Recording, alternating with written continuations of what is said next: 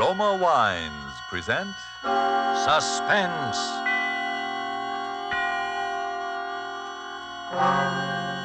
Roma Wines, made in California for enjoyment throughout the world. Salud. Your health, senor. Roma Wines toast the world. The wine for your table is Roma Wine, made in California for enjoyment throughout the world. This is the Man in Black, here for the Roma Wine Company of Fresno, California, to introduce this weekly half hour of Suspense. Tonight from Hollywood, Roma Wines bring you Mr. Laird Cregar in a suspense play dealing with a maniacal hatred and with the mental drug of hypnotics. And so with Narrative About Clarence, and with the performance of Laird Cregar, supported by Hans Conried as Bill, from whom we hear the narrative, we again hope to keep you in suspense.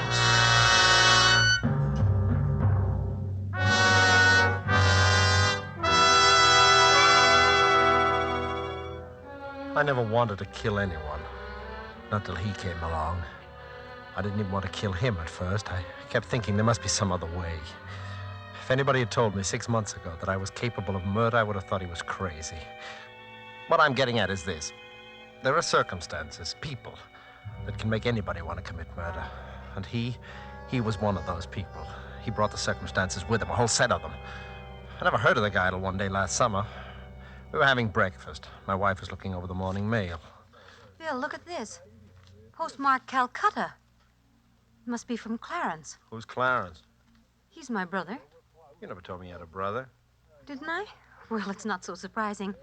He's only my half-brother, and I haven't seen him since I was a child. He's never even written to me before. That's funny. Wonder why I decided to write now. I can't imagine. Well, what's he say? He's coming to America. What for? Now, Bill, don't be like that. Well, you're not going to ask him to stay with us, are you? Well, what else can I do? He says he's coming straight here from the boat. Well, so what? There are several first-class hotels in this town. Well, I'll just ask him kind of half-heartedly so he can refuse if he wants to. Good girl. There's just one thing that worries me. What's that?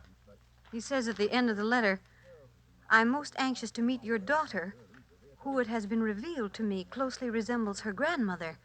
Well, Jeannie does look like the pictures of your mother at that. But how does he know? He couldn't even know we have a child. Unless, Unless what? well, unless someone told him, or unless it was revealed to him in some mysterious way. I didn't like that. I didn't like it at all. If there's anything I hate, it's a fake. And if that guy with his wing collar and his high-toned accent didn't look like a fake, then nobody ever did. But he wasn't a fake. He didn't arrive at our house. He seemed to materialize in the middle of the living room. Well, Lillian, don't you recognize me? Why, yes, Clarence. How are you, Clarence? This is Bill, my husband. I know. I hope you'll forgive my rather unconventional entrance. As your doorbell is out of order, I didn't bother to push the button. Oh, hello. I didn't know the doorbell was out of order, Lillian. Neither did I. Well, won't you sit down, Clarence? Oh, yes, thank you. Have a good trip? Excellent. But let's not dwell on the past. I have plans, Lillian. First of all, I intend to settle here in this town, permanently. How nice. I intend to resume my career in America where it left off 15 years ago. Oh. Your wife's look of distress, William, is owing to an unfortunate incident that occurred 15 years ago and made it expedient for me to leave the country for a while. It was all a misunderstanding, Bill. I don't quite know what you're talking about. She's told you nothing about me? How strange. Well, only that you're a doctor and that... Doctor? What an inadequate word. It suggests a little man you call in when the baby gets whooping cough, doesn't it?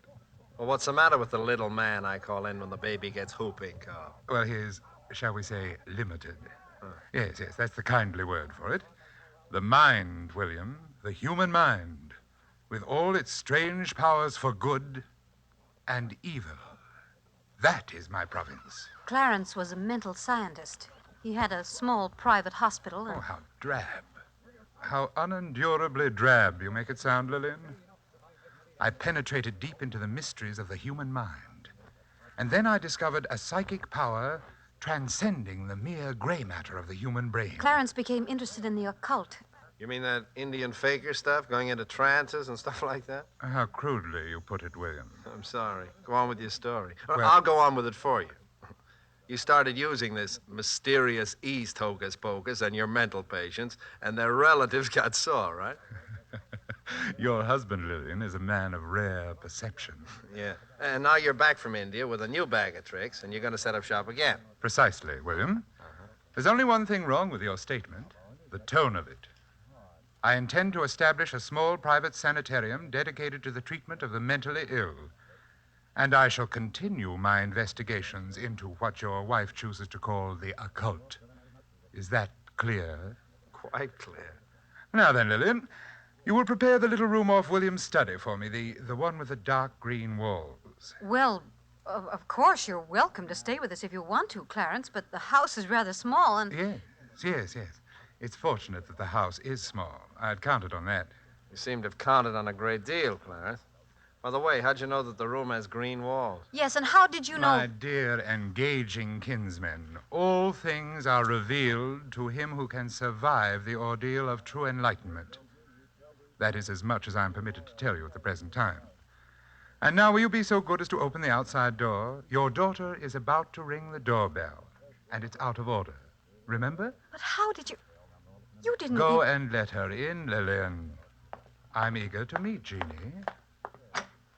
Mama, guess what happened today? Sally Bates fell off the seesaw and Miss Thompson had to drive her home and then... Oh, I didn't know we had company. This is your Uncle Clarence from India, dear. Oh. Yes.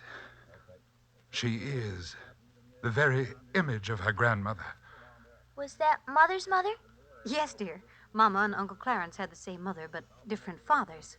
Oh, then he's not really my uncle. He's only my half-uncle. I think, little Jeannie, that you will find we have a great deal in common, nevertheless. You will be very close to your Uncle Clarence. Very close. What do you do those funny things with your eyes? Never mind, dear. Uncle Clarence is tired from his long journey. You come on upstairs. Mom will help you change for dinner. All right. See you later, Uncle Clarence. What's so funny, Doctor? Oh, William, I do hope that my stay here won't be complicated by your rudeness. Why did you try to frighten Jeannie just now? My dear fellow, it's the very furthest thing from my wishes to frighten your child. It is essential to my plan for her that she have confidence in me. Now, look, get this straight, Clarence. You're welcome in this house as a guest because you're my wife's brother. Your yogi ideas, or whatever they are welcome only so long as you keep them to yourself. I quite intend to, William. That, too, is part of my plan. What is this plan you keep talking about? For the time being, William, I will take your advice and keep that to myself.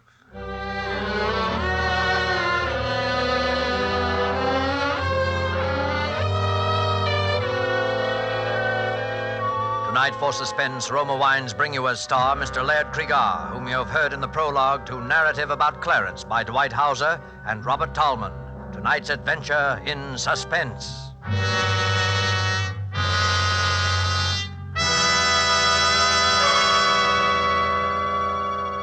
Let's leave the scene of our play for a moment and take a little journey.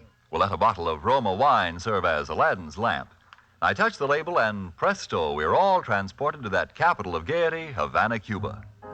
And now we find ourselves in the charming Pan American Club.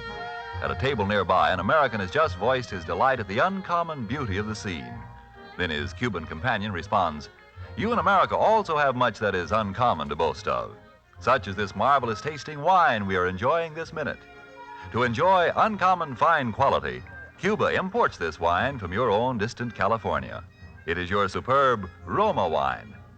Now just realize what it means when other countries import Roma wines from such great distances. Such international esteem must mean that Roma wines are truly magnificent in quality. And then consider this.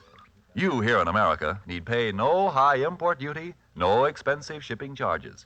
For these fine Roma wines come from Roma's own wineries in the heart of the rich California wine grape districts. Because so many Americans do realize this good fortune, Roma wines are America's largest selling wines. So why deny yourself this taste delight?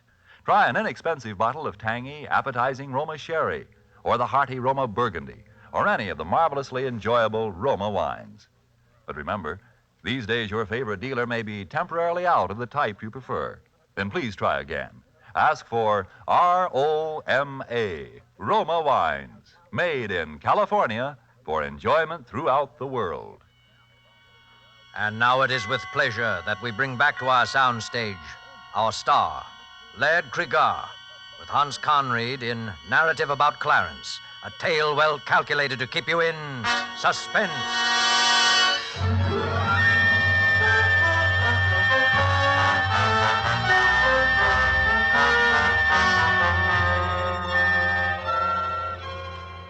Well, you see now how I was beginning to feel about my dear half-brother-in-law, Clarence.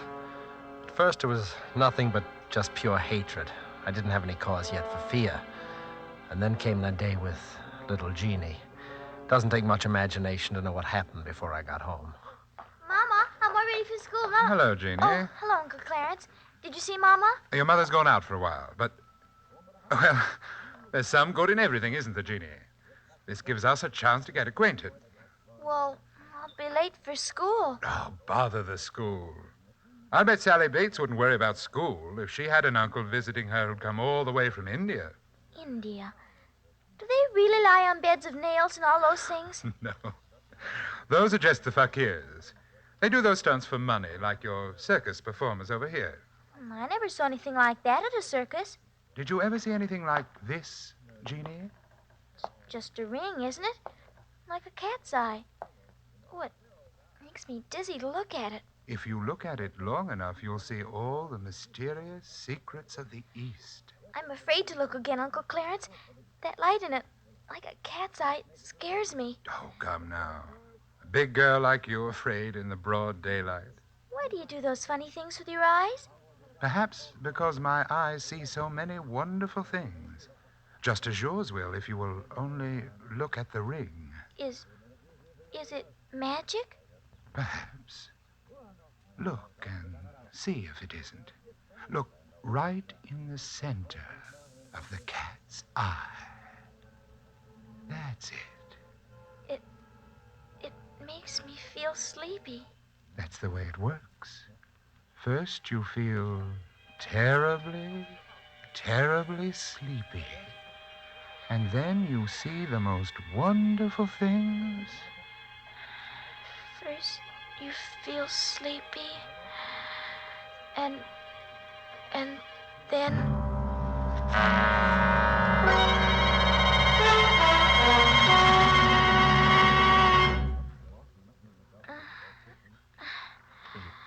What's the matter with her? First, you feel She's coming around now. and then Bill. you see... She's coming around, all right.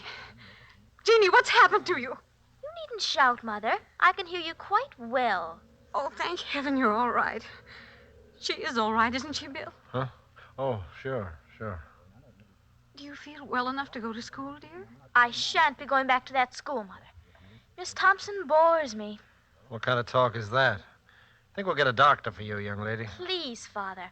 I will let you know when I'm in need of medical assistance.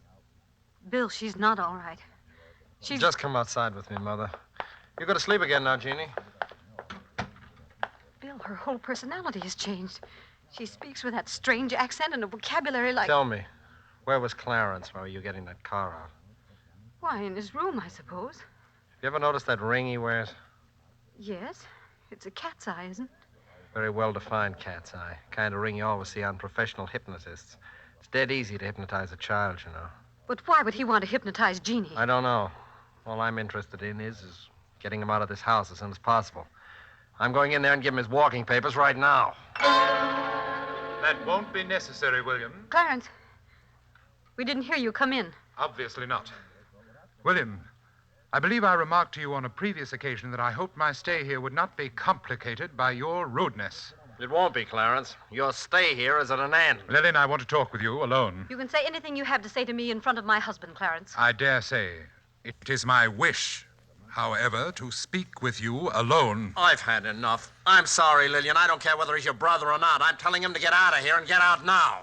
I'll call a taxi while you're packing, Clarence. The irate brother-in-law. What a tiresome exhibition. I'm surprised at a woman of your intelligence becoming involved with such a boor, Lillian. All right, you asked. No, don't do it, Bill. Clarence just doesn't understand. He's been away for so long. I'm sick of hearing your excuses for him. The time's come for a showdown. No, William. The time has not come for a showdown. Not for a while yet. I will let you know when that time comes. You'll let me know. Bill, please. Let me explain to Clarence alone if he likes. I won't leave you alone with him. Oh, don't be melodramatic, William. I'll kill you, so help me. Bill, please, please. All right, I'm sorry. I'll give you 10 minutes, Clarence, no more. 10 minutes will be ample. I think Lillian and I can come to an excellent understanding in 10 minutes. Those 10 minutes seemed like an eternity. I could hear Lillian's voice, speaking very quietly as if reasoning with him, and his hateful, velvety accents replying. And then quite suddenly there seemed to be only one voice, Clarence's. I looked at my watch. The 10 minutes were up. The door opened. Clarence stood there in the doorway, and he was laughing. What have you done to her? What have you done? Lillian was lying on the sofa, unconscious. Her eyes were rolled back hideously so that only the whites of them showed. She's not dead, William. Only thinking over our conversation. Bring her out of it, you hear me?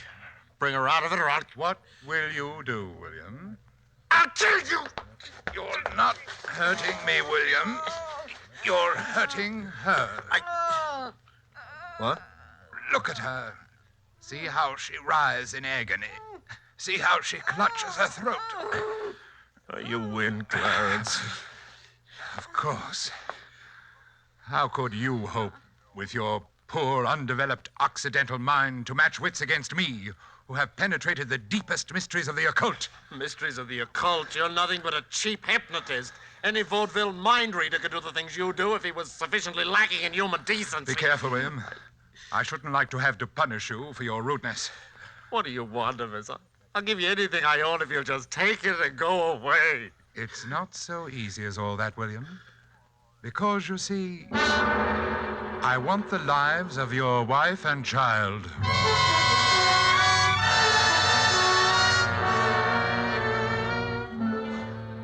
I knew then that he was insane. And that realization filled me with hope. It'd be quite simple to call in an alienist and have him committed to an asylum. When Lillian regained consciousness, she insisted on his staying, as I expected. I humored her along, knowing she was acting on his hypnotic suggestions. I was reasonably certain he would do nothing violent that night. His was the slow, sadistic way of murder. When daylight came, I stole quietly out of the house. I dared not risk calling the asylum on our telephone for fear of being overheard.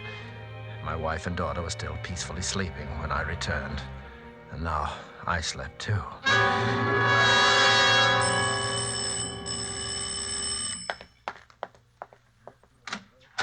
Good morning. I'm Dr. Miller of the State Institute. Yes, I know. Come in, please, Doctor. Are you the person who put in the call about... Yes, it would be better not to speak too loudly, Dr. Miller. We might be overheard, and that might cause difficulties. Oh, yes, I see. Well, tell me about the patient. I told him the whole story, word for word, as it had happened. I should have known better. When I'd finished, there was disbelief written all over his face. Mr. Gilchrist, I don't for a moment doubt that you have an unwelcome relative on your hands who is probably emotionally highly unstable as well. But isn't it possible that you're exaggerating certain aspects of the matter? I mean, Dr. Miller, I ask you to examine the man and draw your own conclusions as to his sanity. I'll be glad to. Where is he now? I think William has probably been talking to you about me, Doctor. Oh, sit down, won't you? Thank you. Really, I must apologize for your being inconvenienced this way, Doctor. I try to keep an eye on William, but one must sleep, you know, and, well, occasionally he eludes me and gets out of the house. I suppose he's told you that I'm a hypnotist and that I wish to murder his wife and child. Why do you think he told me that? Well, it's always the same story. Well, why should I believe your story rather than Mr. Gilchrist's? Oh, mine is a little easier to believe, I should think. But if you wish further proof... Oh, Lillian! Yes, Clarence? Come down here, will you? William's got out again and told that story. I'll be right down. And bring Jeannie with you. You dare bring my daughter into this? His daughter doesn't know. You'll be tactful, won't you, Doctor? Yes, of course. Bill, what is the meaning of this? Lillian. Haven't we warned you time and again what might happen if you go out like that? Lillian, you don't know what you're saying. This man is your husband, madam? Yes. He's been under the care of a psychiatrist for several years now. What? He seemed to be getting better. I'm sure he's getting better. The doctor said we must expect little lapses. Oh, she doesn't know what she's saying, Doctor. She's acting under his hypnotic suggestion. And this young lady? He hypnotized her, too. Is that true? I don't know what that means, hypnotize. Daddy's always saying it, but he never says what it means. Well, this seems to clear up the situation pretty thoroughly. If you have any further trouble, Mr. Gilchrist, let me know. You think I'm crazy? No, I don't. I'm sure that your wife is quite right, Mr. Gilchrist. You're getting better every day.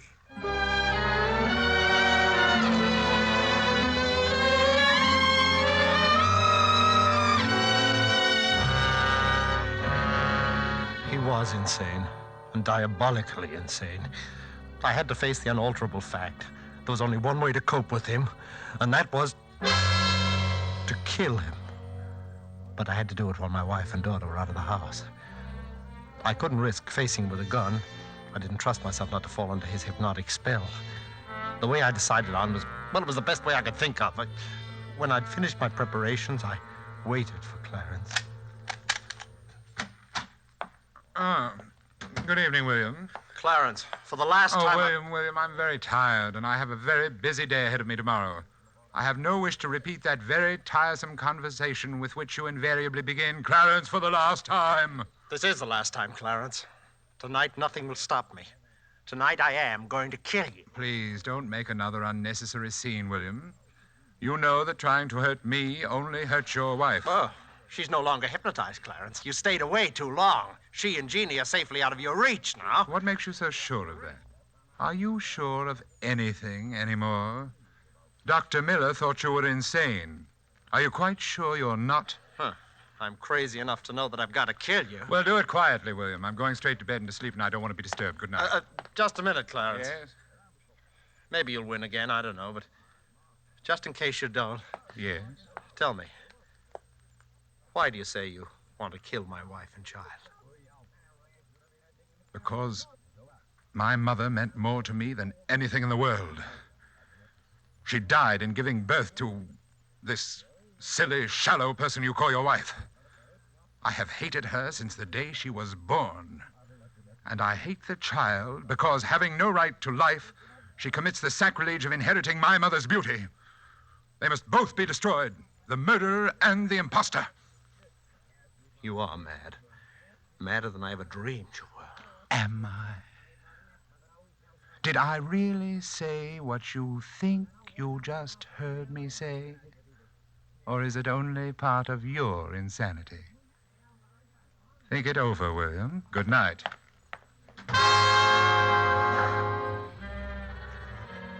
I had everything ready. The heavy boards to nail across the door, the cotton waste, and a gallon of benzene. The shutters over the window of his room I'd already nailed shut and barred. As I nailed the boards across the door, I felt as if I were driving nails into his cot. William, stop it! You don't know what you're doing! Lillian and Jeannie are upstairs. They came in the back way. William! Where are your great powers now, Clarence? William, you fool! Can the secrets of the East help you now? You're trapped, Clarence. You're out of your mind, William! In a moment, the whole house will be in flames. You'll be burned alive. You don't know what you're doing, William! Listen, Stop it! Clarence, listen. I'm striking the match now. You smell the smoke, Clarence? Never mind. You will in a moment. You fool! Oh, I wish you could see the flames now, Clarence. They're roaring up the stairwell.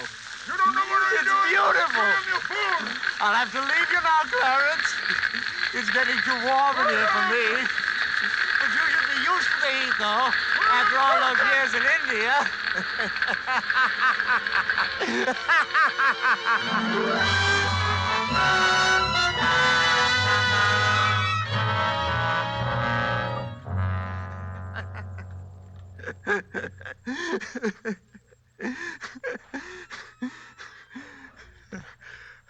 And I laughed. I laughed. I guess the relief from all that tension. Well, that's the story, Doctor.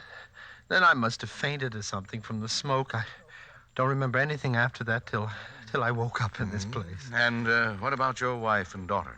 Oh, that's just it. I haven't seen them since that afternoon, and that's why I've got to get out of here. I've got to find them. Can't you understand that? Yes, I can understand that very well. Will you talk to someone, the head of this place, and tell him that and let me out? I shouldn't be locked up here in an institution. Yes, I'll talk to him, Bill. That's a promise. I'll do it right now. Goodbye. Goodbye, Doctor.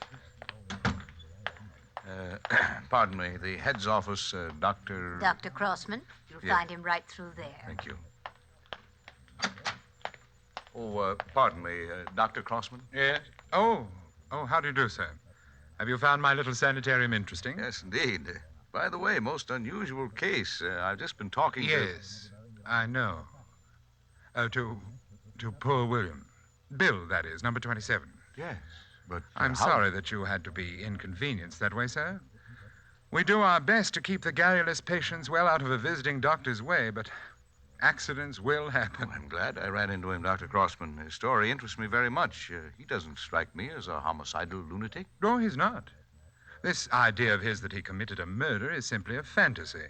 Are you absolutely sure of that? Of course. Because, well, you see, I am Clarence, the wicked brother-in-law in his story. You? He began to develop these extraordinary symptoms during my stay at his home when I first returned from India. Parts of his story, you see, are quite accurate. I see. It's a pity, of course. He was doing quite nicely under treatment until his wife and child were burned to death so tragically in the fire that destroyed their home. I'm afraid that event, on top of his previous delusions, unhinged him for good. And where were you during the fire, Dr. Crossman? Oh, I dined out that evening. When I returned, it was all over. Well, I certainly shall write this case up as one of the most interesting I've ever run across. Oh, must you, Doctor? I mean, poor chap, I feel he's entitled at least to some privacy. Have you any personal reasons for wanting to keep this case quiet, sir? Yes, I have. Do you see this scar on my face? Yes, a burn, wasn't it? A very nasty burn, too. Precisely, Doctor. And a very nasty coincidence.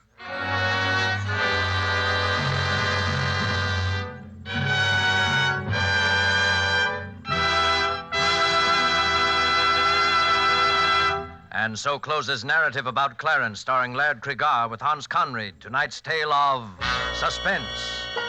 Laird Cregar is currently being seen in the 20th Century Fox production, The Lodger. We sincerely hope you enjoyed the performance of Mr. Cregar and that of the whole cast tonight in our Roma suspense play. And here's a thought. To discover the enjoyment these suspense programs offer, you first had to sample one. And so you must first sample one of the many delicious Roma wines to discover for yourself their wonderful taste and quality, the excellence that makes Roma America's largest selling wines.